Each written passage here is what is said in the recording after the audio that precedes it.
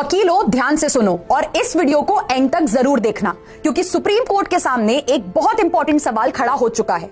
सवाल यह उठा है कि क्या किसी लॉ ग्रेजुएट को सिर्फ इसलिए एडवोकेट बनने से या बार काउंसिल में इनरोलमेंट करवाने से रोका जा सकता है क्योंकि उनके खिलाफ क्रिमिनल केस पेंडिंग है, जबकि अभी तक वो कॉन्विक्ट भी नहीं हुए हैं। असल में 2017 में मद्रास हाई कोर्ट ने बोला था कि जिन लोगों के against serious criminal cases pending हैं, उन्हें स्टेट बार काउंसिल्स इनरोल ना करें, लेकिन जिनके ऊपर माइनर केसेस या बेलेबल ऑफेंसेस या सिविल डिस्प्यूट्स पेंडिंग हैं, उनका इनरोलमेंट हो सकता है। अब होता यह है कि एक चार्टेड अकाउंटेंट जिन्होंने लॉ की पढ़ाई की और बाद में स्टेट बार काउंसिल में इनरोलमेंट के लिए अप्लाई किया, उनका इनरोलमेंट करते समय उन्होंने बताया था कि उनके ऊपर क्रिमिनल कॉन्स्पिरेसी और चीटिंग के केसेस पेंडिंग हैं और इसी की वजह से उनकी एप्लीकेशन रिजेक्ट हो गई। अब यही चार्टेड अकाउंटेंट सुप्रीम कोर्ट गए हैं और इन्होंने कहा है कि पहले तो मैं कॉन्विक्ट नहीं हुआ हूं, सिर्फ एक्यूज्ड हूं।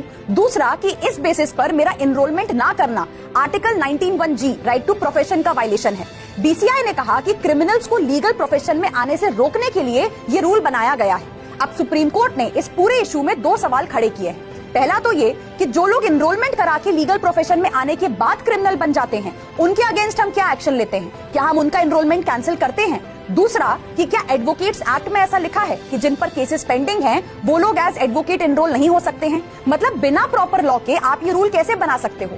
तो अब सुप्रीम कोर्ट इस इशू को एग्जामिन करेगा और ये केस बहुत ही ज्यादा इंपॉर्टेंट है, क्योंकि ये एक बड़ा सवाल उठाता है कि क्या किसी को सिर्फ एक्यूज्ड होने पर लीगल प्रोफेशन में आने से दूर रखा जा सकता है। आपका क्या ओपिनियन है, कमेंट सेक्शन में जरूर बताइएगा।